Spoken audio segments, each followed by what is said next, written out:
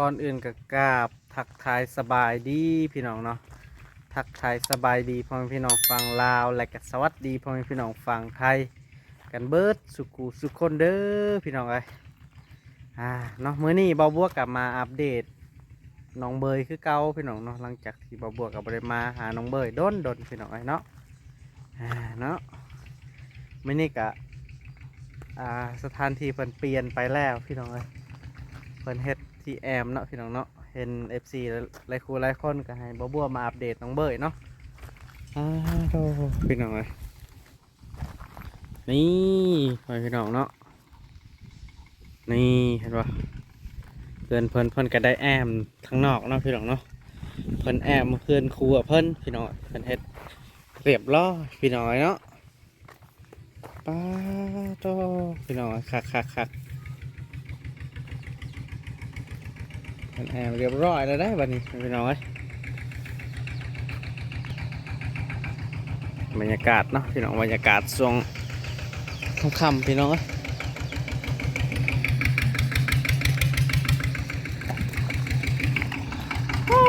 ขากกระแตงนะพี่น้องเนาะโอ้ขากอลิทอแตง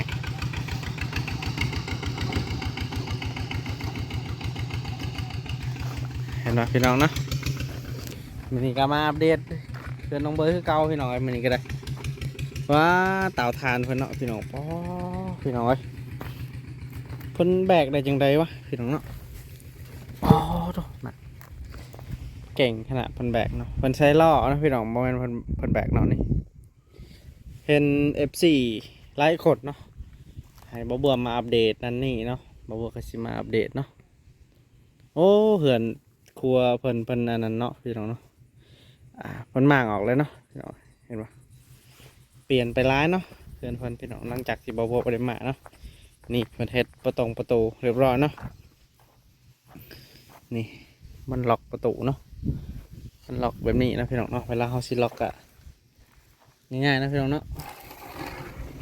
ล็อกจังสี่เนาะนี่จังสี่เนาะนี่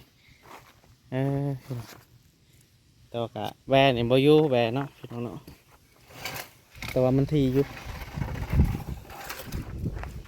โอ้โหพันยูบ่พี่น้องไอ้มันนี่กะบัวบุกเข่าเฮือนเพิ่นเลยได้พี่น้องไอ้บ่ได้ถามเพิ่นอยู่พี่น้องไอ้โอ้โธ่พี่น้องไอ้เพิ่นแอมพากระแตบเลยได้พี่น้องไอ้เนาะเพิ่นกันลมนะพี่น้องเนาะรู้สึกว่าหนาวแน่พี่น้องเนาะช่วงนี้เนาะโอ้เมียพันยูนะพี่น้องเนาะเมียพันยูโอ้น้องเบอร์ก็อยู่นะพี่น้องโอ้พี่น้องขักอะไรมาแทนเนาะป้าโธ่นี่มีครบเลยได้บัดนี้พี่น้องเอ้ยเพิ่นเฮ็ดเป็นห้องคู่เนาะพี่น้องเนาะ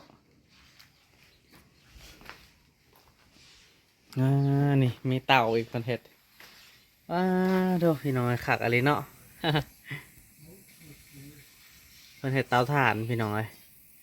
เตาดังไฟมันเตาถ่านเนาะเพิ่นเฮ็ดโอ้เพิ่นเฮ็ดได้ยังไงพี่น้องเอ้ยขักอะไรอุ่นเลยพี่น้องเอ้ยนี่ก็มองกินเขาพี่น้อง โอ้ขากละไอเดียน้องเว้ยพี่น้องนี่แม่นบ่นางมองกินเขาพี่น้องมัวผู้ใดออกแบบน้องเบยบ่พี่น้องนี่บนน้ำกินเพิ่นพี่น้องเอ้ยนี่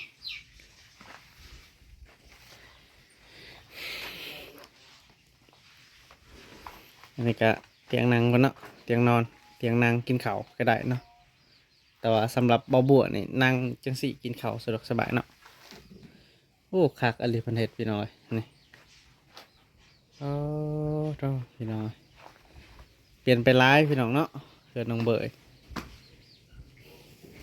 อันนี้มองยังไงบัดนี้พี่น้องมองสองเนาะเวลาอัดและซองเบิ่งคน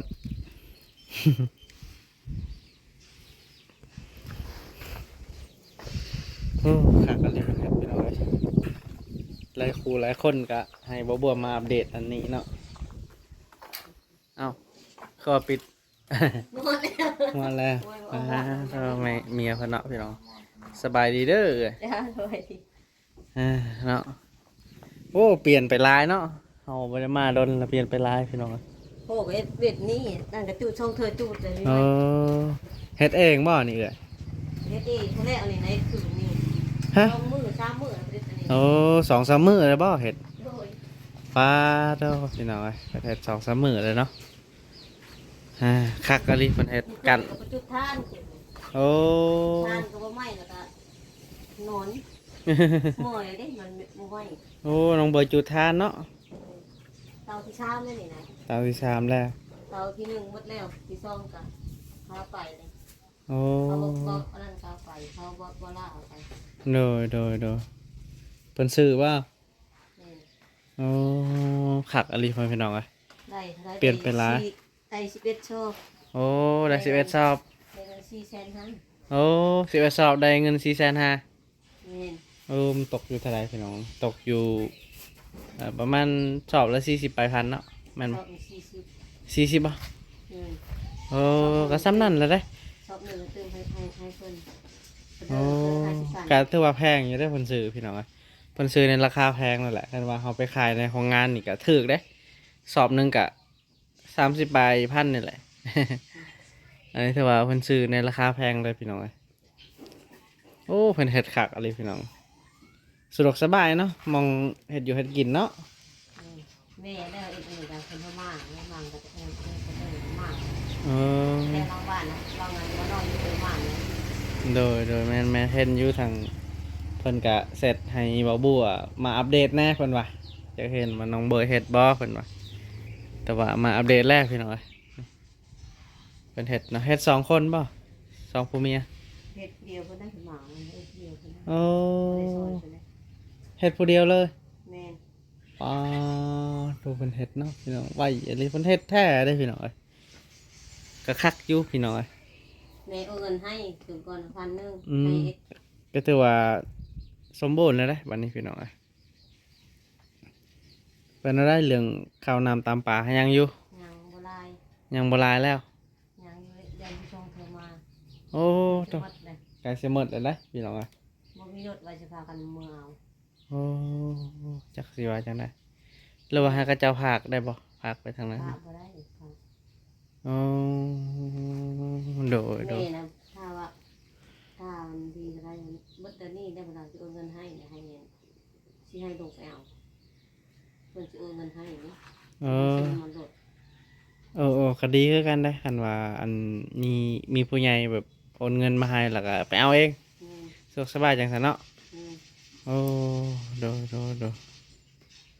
รถไทยไปเอาไทยซื้อน้ำมันไทยใส่150,000 หรือว่าแบบว่าจ้างให้แกก็ได้เนาะสมมุติว่าเนาะคันอยากได้หลายบัดเดียวเนาะเป็นคนกันเองหั้นนะพี่น้อง ชอบได้มาเดียวเลย อ๋อคันจ้างเพิ่นก็ดีคือกันพี่น้องบ่ได้ไกลปานใดเนาะ บริการ บ่ได้ไกลปานใดเพราะว่าเฮาได้ออกทางแบงแล้วก็ขึ้นไปเมืองพีนเลยแม่นบ่ แม่ ก็ประมาณมื้อนึงหั้นนะพี่น้องในการเดิน ฮอ ทา ด ง มือนะนะ บ่ฮอดมื้อวะ มาอยู่คิดบกฮอด โอ้โดยประ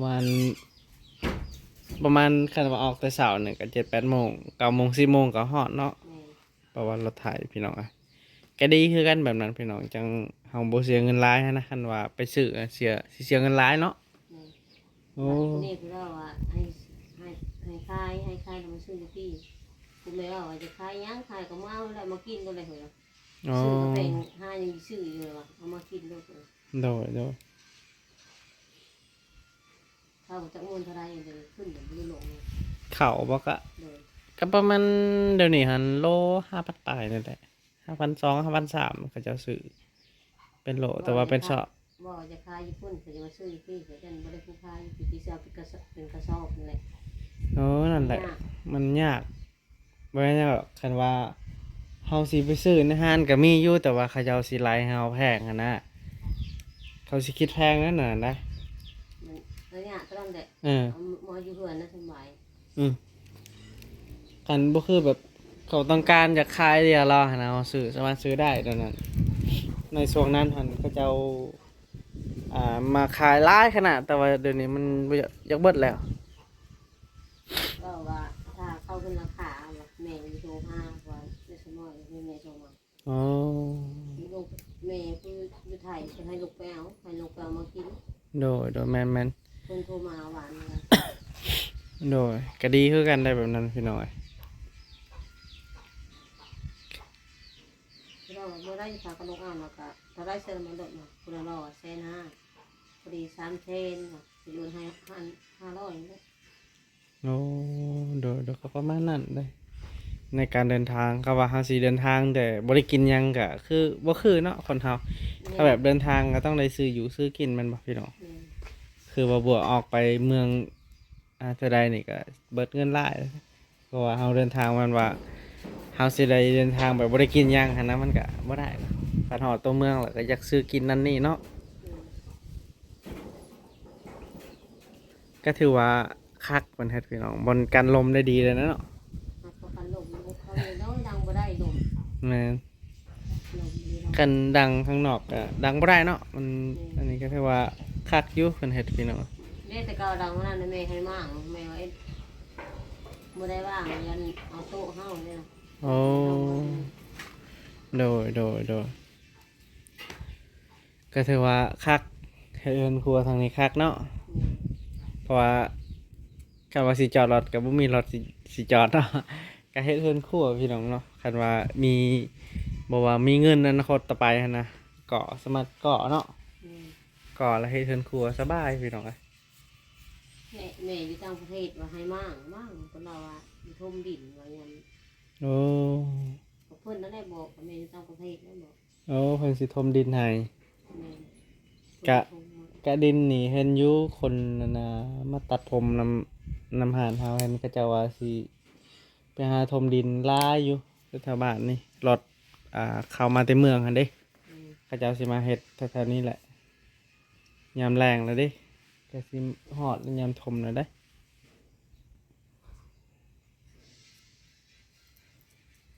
แต่ว่าคักอยู่พี่น้องเพิ่นเฮ็ดเนาะเปลี่ยนไปหลายเนาะบ่บัวบ่ได้มาโดนแล้วพี่น้องเอ้ย มาแล้วเขาอันมาหานน้องอันไหวที่ประมาณเอาเราไปข้างเอาเราไปฆ่าอีเลว เออ มาเว้นได้5-6 คน บ่ แม่น เออ มาที่เว้น สาวใบหันบ่ แม่นเขาจะมาถามผมเป็นลูกปู่ เออ เป็นลูกปู่ไปอยู่กับแม่ โอ้อยู่นำแม่เบิดบ่ แม่นเราเป็นจะเอาปลาไหวไปฆ่าเอา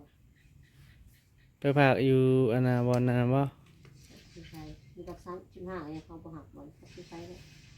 ยังลงสวรรค์อยู่บ่แล้ว โอ้แสดงว่าเพิ่นบ่มีอันนั้นสมโนเนาะ แม่น โอ้พี่น้องเอ้ยแสดงว่าสาวใบนี่เพิ่นนี่บ่ฮู้ว่าเพิ่นขึ้นนำสมโนผู้ใดเนาะ ยังบ่ฮู้ โอ้โดยเพิ่นยังบ่ฮู้เนาะพี่น้องเนาะอ่าน่าสิบ่ได้ขึ้นกับผู้ใดเลยเนาะเพราะว่าเราบ่ได้อยู่นี่เด้อพี่น้องเอ้ยมันก็ค่อนข้างจะยุ่งยากแล้วบัดนี้เนาะ แม่น แบบว่าคันว่าเฮาบ่ได้ขึ้นน้ำไผนี่แสดงว่าเฮาแบบบ่มีตัวตนนะพี่น้องเนาะเพราะว่าเฮาบ่ได้ขึ้นน้ำไผเลยนะมันก็ค่อนข้างยากเนาะพี่น้องเนาะ มันยากคนนี้แหละมันยาก ยากเด้คันว่าเฮาบ่ได้ขึ้นสมโนนำผู้ใดนี่ก็จะว่ายากคือกับเฮานี่แบบว่าบ่ได้มีตัวตนใน ประเทศลาวเลยเนาะแบบนั้นนะแบบคนเร่ร่อนทั่วไปหั้นนะพี่น้องเอ้ยยากอะดิ มาเว้นมาดู5 คน โอ้ มาถามพวกนั้นแล้วก็ได้เลยว่าบ้านน้องแม่บ่ได้แม่ก็อยู่ไทย โอ้ เอาเนี่ยน้ำเพิ่น พี่น้องเพิ่นบ่มานำมาฮะนะหรือว่าจัง แม่น โอ้ ลูกบ่ลูกไปแล้วหนึ่งอ่ะลูกอัดคลิปน่ะ4 คน เพิ่นอัดคลิปมา4 คน อ๋อเพิ่นนำฮอดพี่เลยปะ มาฮอนเหินเลย ปาดเนาะพี่น้องเอ้ย อยู่ไหนเพิ่นผู้เบื่อยนะเย็ดโต๊ะนี่รีเพิ่นหมา เออ เว้นนี่นะ โดย เย็ดโต๊ะนั่งได้สิมากใหม่นะเย็ดใหม่นี่นะ เพิ่นไปได้เพิ่นมาปรับ พอดีเพิ่นหมานะเขาปะเลยนี่ค่ะ เออพี่น้องเอ้ยอ่า จุดเต่าก็จนบ่แล้วปะเต่ากับเพิ่นหมา เพิ่นมาเนาะเพิ่นสิสัมภาษณ์นั่นนี่เนาะ แม่น โอ้เห็นอยู่คลิปพี่น้องทางบ่บัวก็ยังจักสิว่านั่นแหละเนาะ มึงคนมากันยังนอนเลยเป็นใครประตูคนว่าลุก ยังงงๆอยู่เนาะแบบมาแบบปรับเนาะโอ้พี่น้องเอ้ย ยังจากนอนเลยคนว่าลุกว่า เพิ่นมาแบบปรับเนาะแบบทีมงานแบบว่าสายบุญคือกันเนาะเพิ่นมาทายเลยบ่โอ้ไอ้สายบุญคือกันเพิ่นมาทายเลยพี่น้องเอ้ยเพิ่นนำมาเนาะนำกะ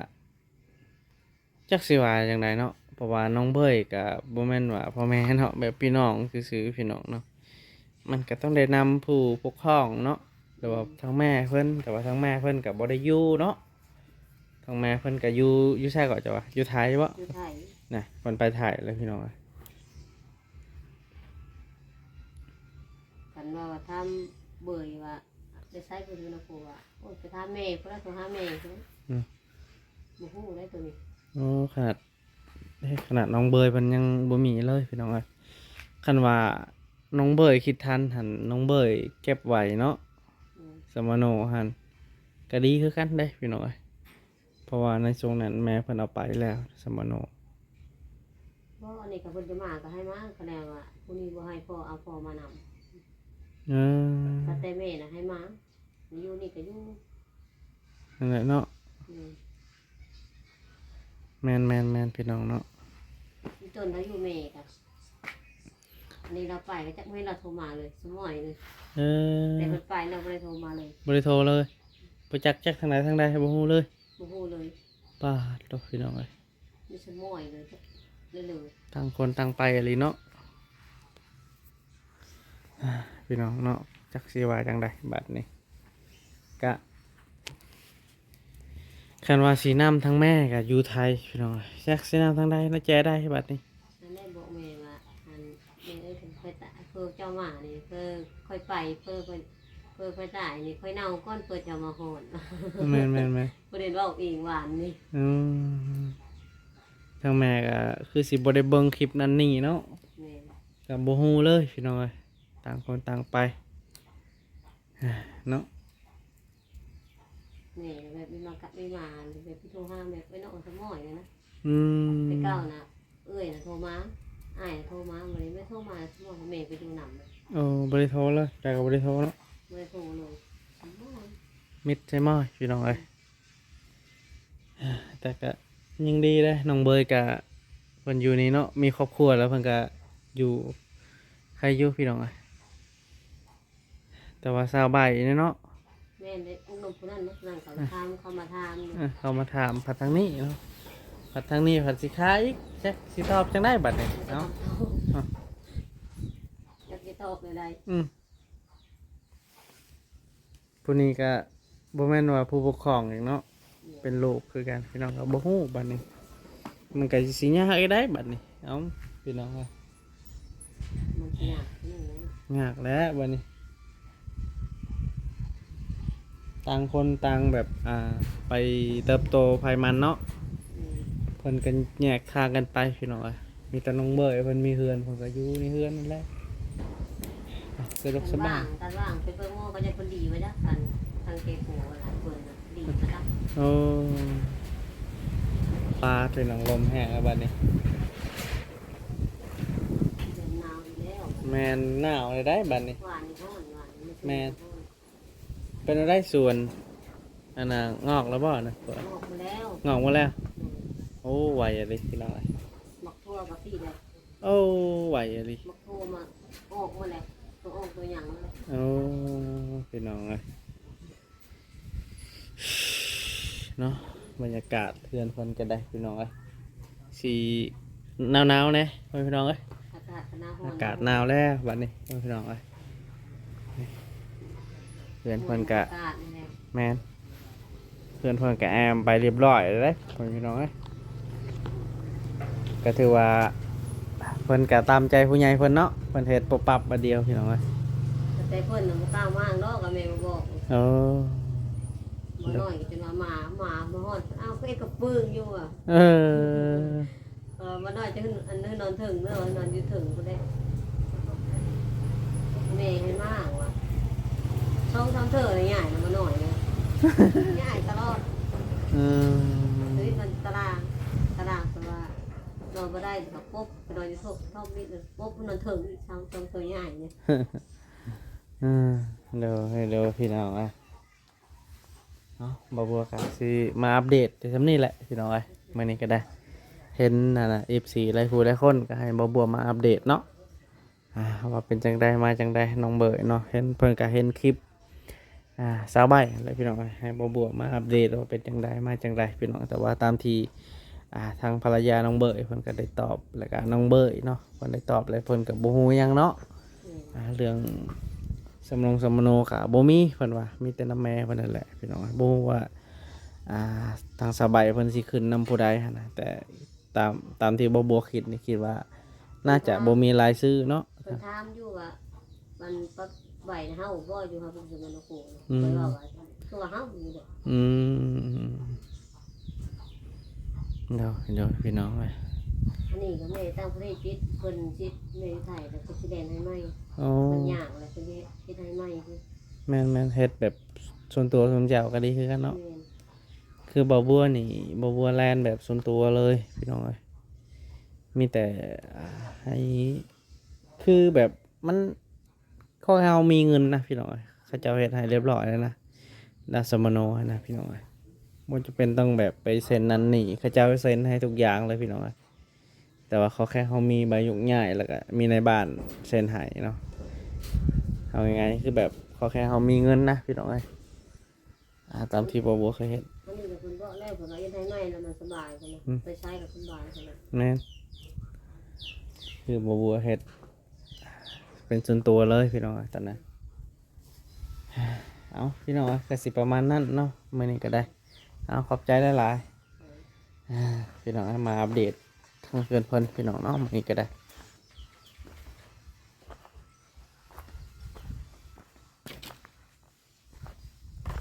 นี่บรรยากาศเพื่อนๆเนาะมาอัปเดตถามข่าวทางน้องเบยเนาะแล้วว่าแต่ว่ามาอัปเดตอันน่ะบอลเฮือนครัวเพิ่นพี่น้องเอ้ยสิประมาณนี้เนาะพี่น้อง